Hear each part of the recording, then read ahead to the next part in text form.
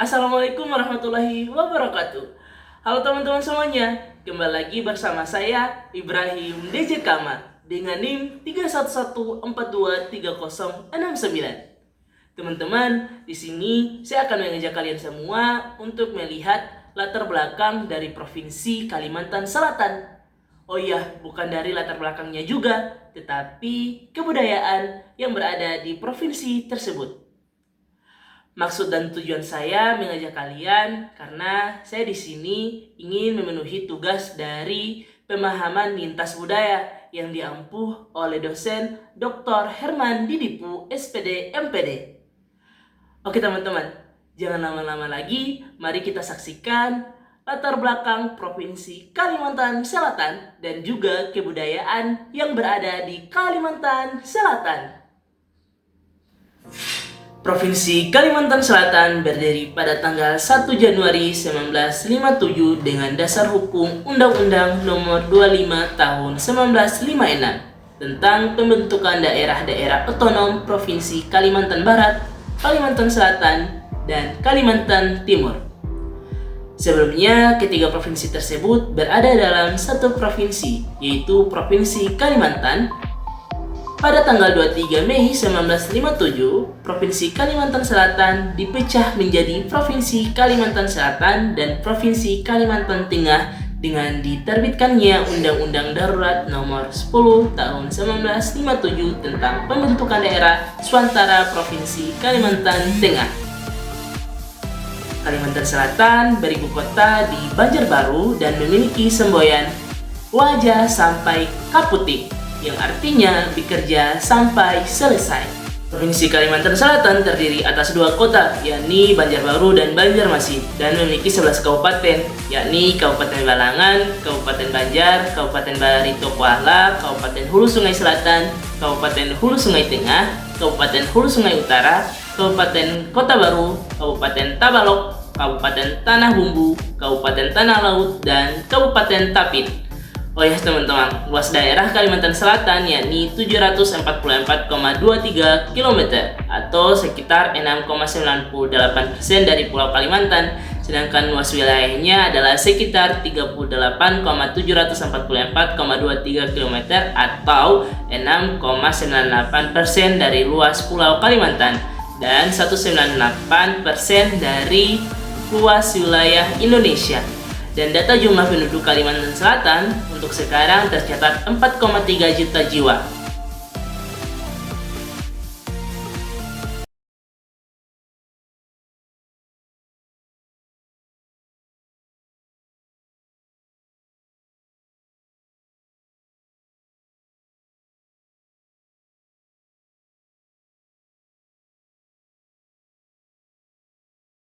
Indonesia is not just wonderful.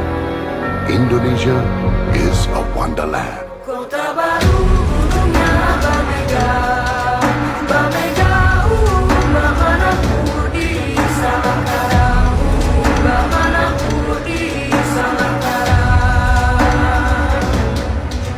Batamu lawanlah Adinda, Adinda iman bidadara, Samalaya iman bidadara, Samalaya. Sayang, sayang, si patokaan, matego, tego, gorokan. Sayang, sayang, sayang, si patokaan, matego, tego, gorokan. Nah teman-teman, kita masuk pada kebudayaan di Kalimantan Selatan. Yang pertama itu suku yang berada di provinsi tersebut. Masyarakat Kalimantan Selatan mayoritas berasal dari suku Banjar yang dikenal religius, ramah, dan kerja keras. Dalam kehidupan mereka, budaya dan agama berjalan berdampingan. Wajah sampai Koputing bukan hanya semboyan, tapi napas kehidupan, semangat untuk menyelesaikan apapun dengan penuh tanggung jawab. Selain Banjar, terdapat juga berbagai suku Dayak seperti Dayak Pakumpai, Dayak Lawangan, Baraki, Bukit Ngaju, dan Mayam yang memperkaya mosaik budaya di tanah benua ini. Kita masuk pada rumah adat Kalimantan Selatan. Rumah-rumah adat Banjar bukan sekadar tempat tinggal, melainkan lambang filosofi hidup masyarakatnya. Rumah bumbungan tinggi dengan atap menjulang melambangkan penghormatan kepada sang pencipta. Gajah Manyusu dan Gajah Baliku menunjukkan status bangsawan dan keagungan arsitektur klasik. Sementara balai laki dan balai bini mempresentasikan keseimbangan antara peran laki-laki dan perempuan dalam budaya Banjar. Di tepi sungai terdapat rumah lantang, rumah terapung yang mengambang di atas air. Rumah ini menjadi simbol ketertarikan masyarakat Banjar dengan sungai sebagai sumber kehidupan dan jalur utama ekonomi. Sekarang kita masuk pada pakaian adat di Kalimantan Selatan yang sangat memancarkan keagungan dan filosofi mendalam. Salah satu yang paling terkenal adalah Bagaja Gamuning Baular Lutut, busana pengantin klasik abad ke-15 yang dipengaruhi budaya Hindu. Busana ini kaya dengan hiasan logam, simbol naga, dan burung garuda yang melambangkan keanggunan dan perlindungan. Selain itu ada Bamar Galung Pancar Matahari yang berwarna kuning keemasan melambangkan cahaya dan kebahagiaan. Sementara Babaju Kun Galung Pacinan memperlihatkan pengaruh budaya Tionghoa dan Timur Tengah, bukti keterbukaan masyarakat Banjar terhadap pencampuran budaya. Sekarang kita masuk pada tarian tradisional Kalimantan Selatan yang mencerminkan keindahan gerak, kesakralan, dan pesan moral. Yang pertama, tari Baksa Kembang adalah tari klasik istana yang dulu hanya ditampilkan oleh putri keraton Banjar untuk menyambut tamu kehormatan. Tari Radap Rahayu dulunya merupakan tari ritual penolak bala, sedangkan tari Mariam Tikar menggambarkan kehidupan gadis Banjar yang rajin mengayam. Tak ketinggalan tari Tantayungan, tarian topeng sakral dari hulu Sungai Tengah yang dipercaya menghadirkan roh leluhur. Nah teman-teman, kalau kalian mau liburan di Kalimantan Selatan, tak afdol tidak mengenal dengan jajanan kulinernya kan? Jadi ini ada beberapa makanan dan minuman yang bisa kalian nikmatin. Kalimantan Selatan juga dikenal dengan kekayaan kulinernya. Ada soto Banjar dengan kuah bening yang gurih dan rempah melimpah. Sate tulang yang unik karena dibuat dari bagian kulit dan lemak ayam.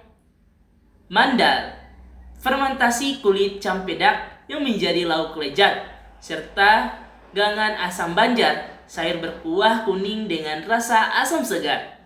Wah, sangat nikmat kan? Nah, untuk pencuci mulut ada dodol kandangan, puracit, dan lamang, makanan yang sering hadir di hari-hari besar.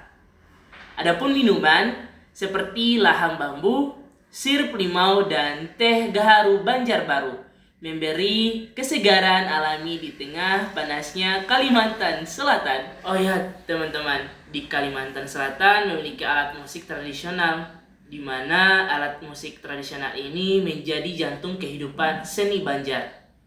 Yang pertama, alat musik panting dipetik menghasilkan melodi kelembut, sementara termah maghrib dan rebana hadrah mengiringi syair-syair Islami. Di sisi lain, masyarakat Dayak memainkan kurung-kurung dan kitung dari bambu sebagai bagian dari ritual adat yang syarat makna spiritual. Di mana ada alat musik, pasti di situ ada lagunya. Bukan begitu teman-teman? Jadi, kita masuk pada lagu daerah Kalimantan Selatan. Oh ya teman-teman, buah-buah apa yang diangkat menjadi lagu? Yaps, pisang. Apa? Pisang? Iya. Siapa tak kenal lagu Ampar-Ampar Pisang? Lagu karya Hamia dan Aceh ini telah menjadi ikon budaya Banjar dan dikenal di seluruh Nusantara. Lagu sederhana ini mengajarkan nilai kerjasama dan semangat gotong royong. Nilai yang hidup di tengah masyarakat Kalimantan Selatan hingga kini. Ada pula lagu 45, di mana lagu 45 ini merupakan lagu daerah Banjar yang syarat dengan simbol adat dan tradisi perjodohan. Ini sedikit cuplikan dari lirik Ampar-Ampar Pisang dan 45.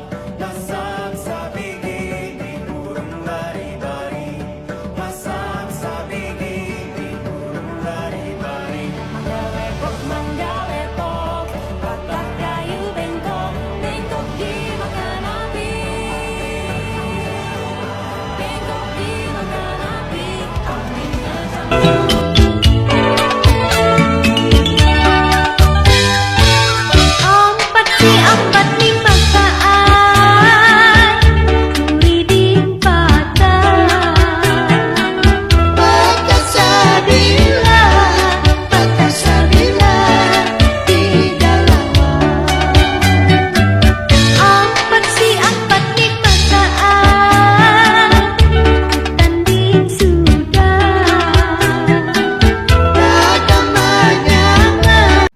Masuk di senjata tradisional di Kalimantan Selatan, yang beberapa senjata seperti mandau, yang memiliki bentuk yang khas dengan bilah yang lebar dan melengkung. Mandau digunakan sebagai senjata perang, alat untuk membuka hutan, dan simbol status sosial. Kedua, tombak Dayak bersumpit, yang kemungkinan besar tombak ini dipergunakan berperang oleh Laskar Tumenggung Surapati, pengikut dari Pangliam Perang Banjar, Pangeran Antarsari. Yang ketiga, sumpit adalah senjata tradisional Kalimantan Selatan yang digunakan untuk berburu. Sumpit terbuat dari bambu atau kayu dan memiliki anak panah yang terbuat dari bambu atau rotan. Oh ya teman-teman, pasti kalian ingin membeli oleh-oleh khas dari Kalimantan Selatan, bukan? Nah, sekarang kita masuk di kerajinan tangan yang menjadi oleh-oleh khas daerah tersebut, di mana ada miniatur rumah adat, batu permata, kain batik, sasirangan, dan juga kopiah jangang. Sekarang kita lihat upacara adat, yang dimana memiliki simbolik dan spiritual mendalam. Adapun beberapa upacara seperti upacara Bamandi-Mandi, yang lahir sebelum Islam datang, dan upacara ini dilakukan saat masuk usia kandungan 7 bulan. Kedua, upacara Mangarani atau upacara Mangarani anak, yang bermaksud untuk mengasih nama kepada anak baru lahir. Ketiga, ritual Mayun anak, yang dilakukan oleh orang Dayak Kaharingan dalam acara Bapalas Bidan. Maksudnya menembus anak dari bidan yang telah membantu dalam proses persalinan. Terakhir, Barak Naga, proses mengarak-arak naga dalam proses pernikahan. Masuk di cerita rakyat yang menjadi ciri khas obrolan mulut ke mulut oleh masyarakat Kalimantan Selatan, yang sangat melekat, yakni cerita dari Putri Junjung Bui, yang ditemukan seorang raja Patmaraga yang hendak melintas di tepi sungai yang besar dan mendapatkan seorang bayi dinamakan Putri Junjung Bui. Dan mitosnya, setiap wanita yang mandi di sungai tersebut akan menjadi seorang yang cantik. Kedua, kera di Pulau Kembang. Konon, banyaknya kera di pulau tersebut merupakan hasil perkembangan biakan warik yang dibawa pengawal istana.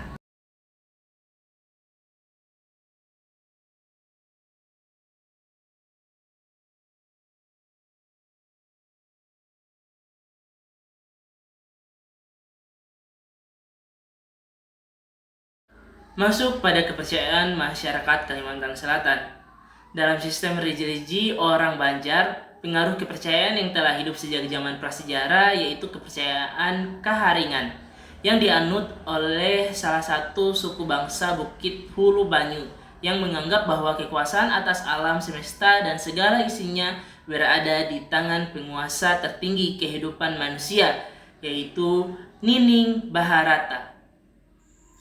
Masuk dalam permainan tradisional Kalimantan Selatan, adapun beberapa seperti isutan jarat, maksudnya mencari tali yang berjarat, yang memiliki jarat. Pada permainan ini, tiap pemain berusaha mencari jarat pemain lainnya, yang disembunyikan di dalam pasir dengan cara menusukkan bilah lidi, kayu, ataupun bambu. Kedua, permainan belogo. Pemain harus dapat meruntuhkan logo yang membentuk piramida midi, dengan logo yang lain terbuat dari tampurung kelapa atau dalam bahasa lokal disebut logo tanding. Selanjutnya, permainan bagasing. Memainkannya dengan seutas tali diikat pada gasing dan dilemparkan ke dalam arena. Gasing yang mampu bertahan cukup lama berputar meski terkena benturan gasing lawan akan keluar sebagai pemenang. Selanjutnya, pengobatan tradisional. Pengobatan tradisional di Kalimantan Selatan sebelum masuk di era sekarang, dulunya mereka menggunakan obat herbal secara alami dari tumbuh-tumbuhan seperti daun nangka Belanda atau sirsak yang digunakan untuk mengobati darah tinggi.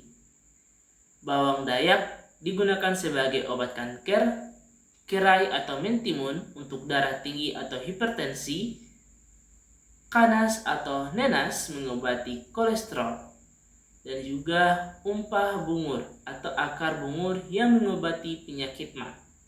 Dan masih banyak lagi obat-obat herbal dari Kalimantan Selatan maupun dari suku-suku Dayak lainnya. Dan kita sudah masuk di topik terakhir, yakni benda dan tempat peninggalan bersejarah. Adapun beberapa peninggalan bersejarah seperti Candi Agung Amuntai, Makam Sultan Suryansyah, dan Masjid Jami Sungai Jingah.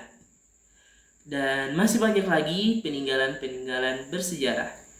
Itulah secara singkat latar belakang dan juga kebudayaan yang berada di Kalimantan Selatan.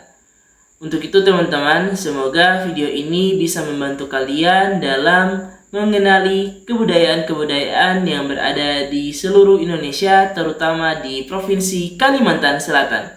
Saya Ibrahim Lijikama, mohon maaf apabila ada kesalahan dan pamit undur diri. Bye semuanya.